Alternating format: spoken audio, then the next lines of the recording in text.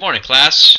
The reason why you're hearing my voice right now is probably because I am with my wife, who is giving birth to my daughter, Chloe. So I won't be in class right now, probably for at least 5 days. So I've created some of these instructional videos for you guys to help you with your DBQ, your database questions, to help you write your papers, your eventual essays that you should be able to pull from here. And let's get started. So this mini Q, the question is, the ideas of the Declaration, which is most important? I will read to you guys if you want that assistance. Other than that, you can just skip on and do it yourself, or you just skip to where you need to hear my assistance to help you get started. Other than that, once you really have a full grasp of what we're doing, you can just go ahead and move along with the lesson and complete the task yourself. Okay, so here's the overview. In a recent survey conducted by the National Archives, the Declaration of Independence topped all others to gauge as the most influential document in American history. Many Americans think of the Declaration as a symbol of the independence from Great Britain that we celebrate on July 4th. While it is certainly that, the Declaration is also a statement of our nation's main beliefs about government and its relationship to the people. These beliefs have been the centerpiece of American history for more than 230 years. All the ideas are important, but which is most important? That is the question asked by this mini Q. And of course, that's the important thing, is which is most important. Alright, so we have 4 documents we're going to take a look at. Document A is going to deal with equality. Document B is going to deal with right to life, liberty, and the pursuit of happiness. Document C is going to be concerning the consent of the governed. And document D, it concerns the ability to alter or abolish the government. So that's the documents you'll look at. This is a mini Q with only 4 documents. Your future ones will have more than one. Alright, so here's our hook exercise. A Moon's Colonies Challenge. Directions. The year is 2076. You are one of the founders of a U.S. colony on the moon. The experience of starting this colony has been very rewarding. The members of the colony were chosen because they had the qualities of good citizens. They have respected the rights of others. All in all, they have created a good community. The colony is, however, having some problems with the mother country. And feel free to document your DBQ. If you come across vocab words, you can highlight them or underline them with your pencil, and you could go ahead and try and look up the definition of what that word is to help you better understand the text. Alright, I'll resume. You are paying taxes to the U.S. government, but you are not allowed to vote in U.S. elections. The taxes seem unreasonably high given that your economy has gone off the ground. It is especially disturbing that you must pay high tariff taxes on certain products that are imported from the United States, products that you are unable to produce on the moon. You are also disturbed by U.S. military forces that patrol your community. Because housing is still in short supply, these soldiers take up rooms in your community dormitories, intruding into the private lives of your citizens. Your community does not need this kind of occupying force to maintain order. Despite the problems, most members of the colony are loyal to the United States. Tonight, there is a town hall meeting.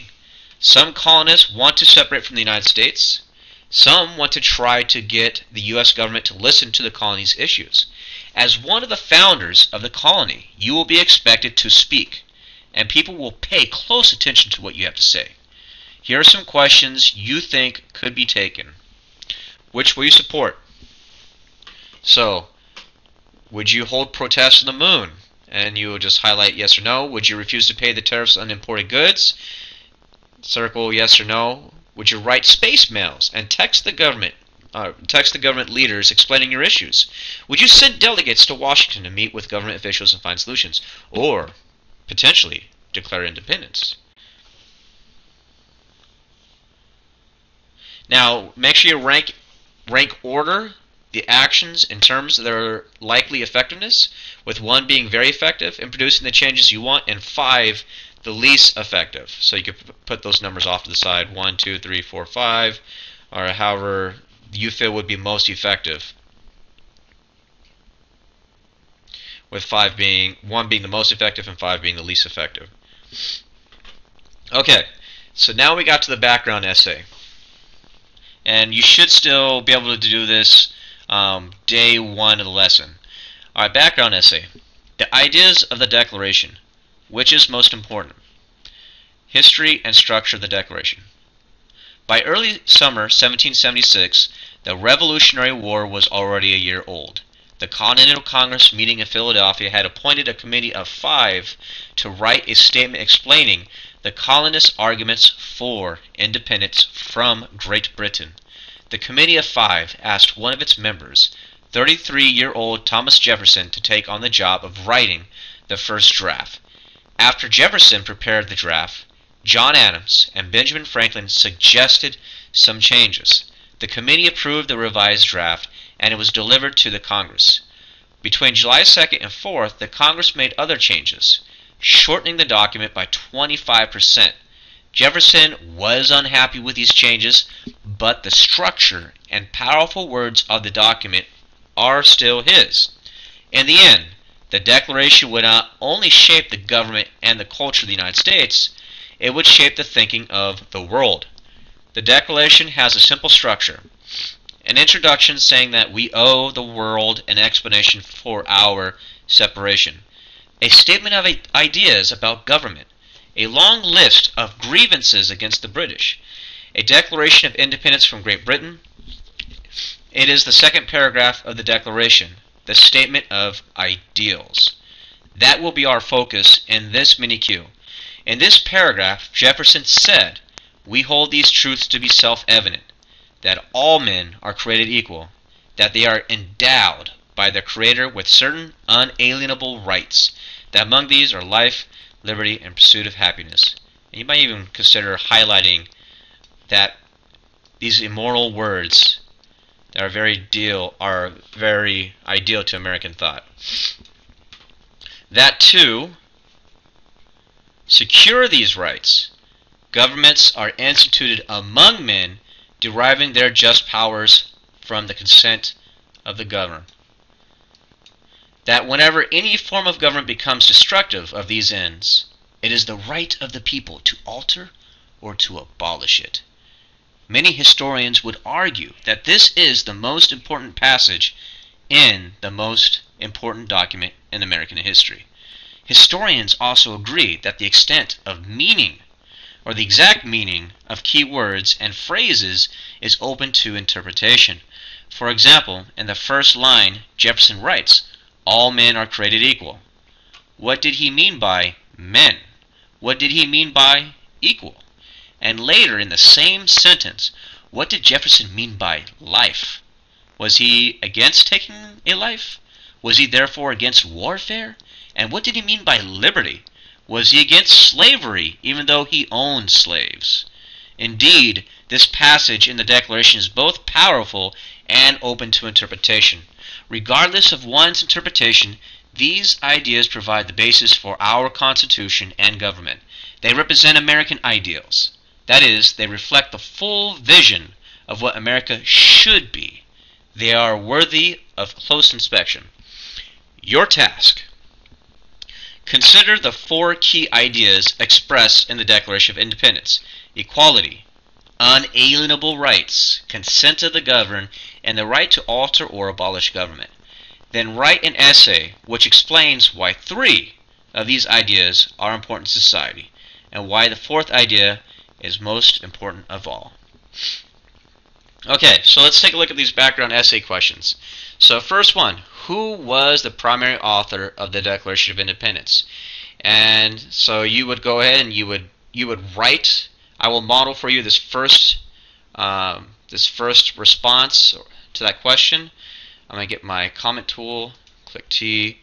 You guys have paper, so you would write And make sure you use your sentence stems, and that question provides you a sentence stem. So again, question 1 says, who was the primary author of the Declaration of Independence? And the way you should write in full sentences is that the author of the Declaration, and it's a title of a document, Declaration of Independence, was Thomas Jefferson. And then I'm just going to highlight that.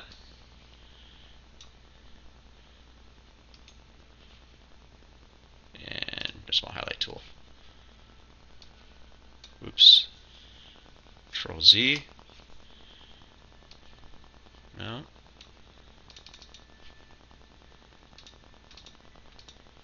And my highlighting tool is not working the way I want it to. I should be able to select that and click highlight. And that's not doing it. Well, that's alright. But you get the idea. Okay. So now likewise you will go and you complete each question and use the sentence stem. So again, question 2, what are the 4 parts of the Declaration of Independence? And then you'll state the 4 parts of the Declaration of Independence are, and then you'll write that out in your sentence. Don't forget to define your terms: independence, grievances, ideas, self-evident, unalienable rights. Those are important.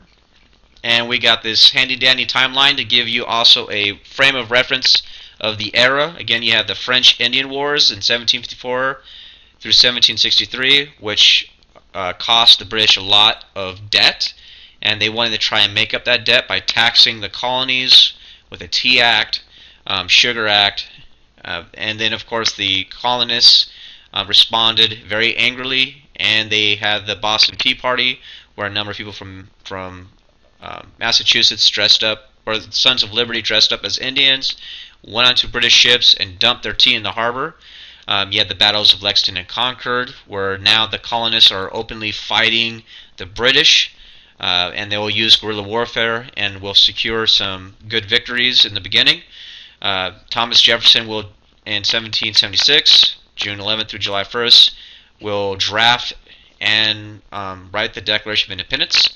July 2nd, 1776, the Continental Congress considers the Declaration of Independence. July 4th, 1776, the Continental Congress adopts the Declaration of Independence. And of course, in 1783, you have the end of the Revolutionary War, and in 1787, the Constitution is written and signed in Philadelphia. Okay, now once you get to this part of the lesson, understanding the question and pre-bucketing, we want to understand the question. So what is the analytical question asked by this mini-Q? And what you have to do is you just have to go back to the top, and you'll catch the question right at the beginning. The ideas of the Declaration, which is most important? So we'll come back down, and I'll model for you the first response here. So use your sentence stem. Question 1 includes your sentence stem, and so you would just respond with the analytical question asked by the mini-Q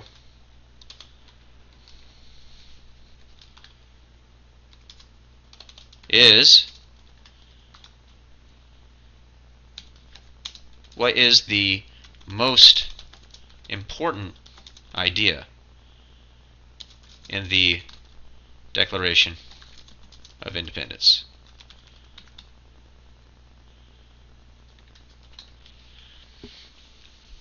And likewise. Alright, and here we have this pre-bucketing exercise. So go ahead and complete the rest of those. Here we have this pre-bucketing exercise. And you see there's 4 buckets. If you guys recall, there's going to be 4 documents you're going to analyze. And so I would probably just put what the main idea of each of those documents inside these buckets. And that will help you organize or realize what those documents are going to be about when you read them. So that's what you write. So for example, document 1, or document A, we hold these truths to be self-evident, that all men are created equal. You can see that it's going to deal with equality. And if you want a shortcut, you can go to the table of contents, and this gives you an idea of what's going to go in those buckets. Here's your documents. Oh, look at what you got. Equality. So come down here, and then you would write into your bucket equality. Okay, well that is day one, and I will stop right there. You guys have a great day, and I look forward to seeing you. Hello class. We're going to look at document A today. This should probably be day 2 for you guys, looking at these documents as you do your document based questions or your document based analysis. So document A is, the title of document A is "We hold these truths to be self-evident, that all men are created equal." Alright, and here we have a snippet from the Women's Rights Conventions in Seneca Falls, New York, July 19th through the 21st of 1848. And this is their Declaration of Sentiments. Take note that in July 1848, approximately 260 women and 40 men met in Seneca Falls, New York for one of the first women's rights conventions. The convention adopted a Declaration of Sentiments. And here is an excerpt from there. "We hold these truths to be self-evident, that all men and women are created equal, that they are endowed by the Creator with certain inalienable rights, that among these are life, liberty, and the pursuit of happiness, that to secure these rights, governments are instituted deriving their just powers from the consent of the governed." Here's another source from the N.F.H.S, Chicago, Illinois, July of 2012.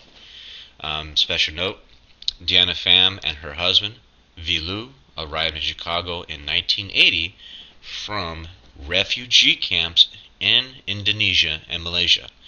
Deanna was asked what she appreciated most about her new country. And here's an excerpt. "As immigrant boat people from communist Vietnam, we appreciate the opportunity given to us to build our lives in the United States. Our 2 daughters are just finishing their university education at Stanford and Michigan, which would never have been possible without this country's belief in equality." There's that term. If you recall, when you're doing your bucketing, you probably know this document is going to be about equality. "My daughters, like other Americans, had an equal opportunity to succeed. America has given our family the chance to become whatever we choose to become."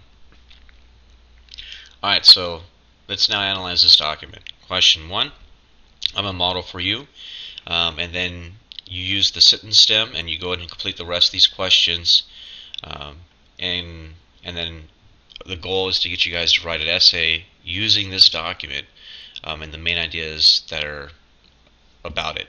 So question 1, which of the 4 beliefs is highlighted in this document? And you already have a sentence stem. Each question provides you a sentence stem if you just look at what the question is asking you. So, for example, the belief highlighted in this document, so there's your sentence stem, and of course then you just fill out the rest, and obviously you just go back and look at the document and look at the key words that you highlighted, and you would include that in your answer. Okay, and we should have time to do one more document for this day. I believe we didn't move the block schedule for the school year, so you should still have 55 minutes in the class period, so you should have time to at least do 2 of these documents. So now we're going to move on to document B. And again, if you did not need my support with that, you do not have to listen to me read. It's only for those who need it. And here's document B. That they are endowed by the Creator with certain unalienable rights, that among these are life, liberty, and the pursuit of happiness. And here's a little graphic, And the source is Steve Greenberg. He's a VC reporter of Ventura, California, March 22, 2010. And it says, "We hold these truths to be self-evident, that all men are created equal, that they are endowed by their Creator with certain unalienable rights, that among these are life, liberty, and the pursuit of happiness, plus healthcare." Alright, the source is Andrew Sullivan, Life, Liberty, the Pursuit of Happiness. This, I believe, National Public Radio, July 4th, 2005. And he says, "I believe in life. I believe in treasuring it as a mystery that should never be destroyed. I believe in liberty. I believe that within every soul lies the ability to reach for its own good. I believe in a system of government that places liberty at the center of its concerns. I believe in the right to own property and to maintain it. I believe in the pursuit of happiness, not its attainment, nor its final destination or definition, but its pursuit. I believe in the journey, not the arrival."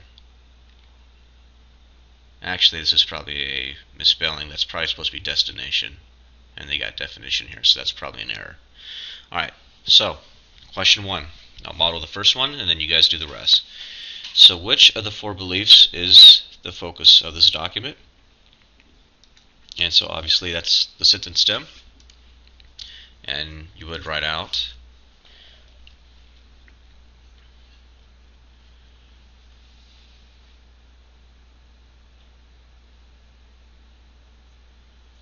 the belief that this document focuses on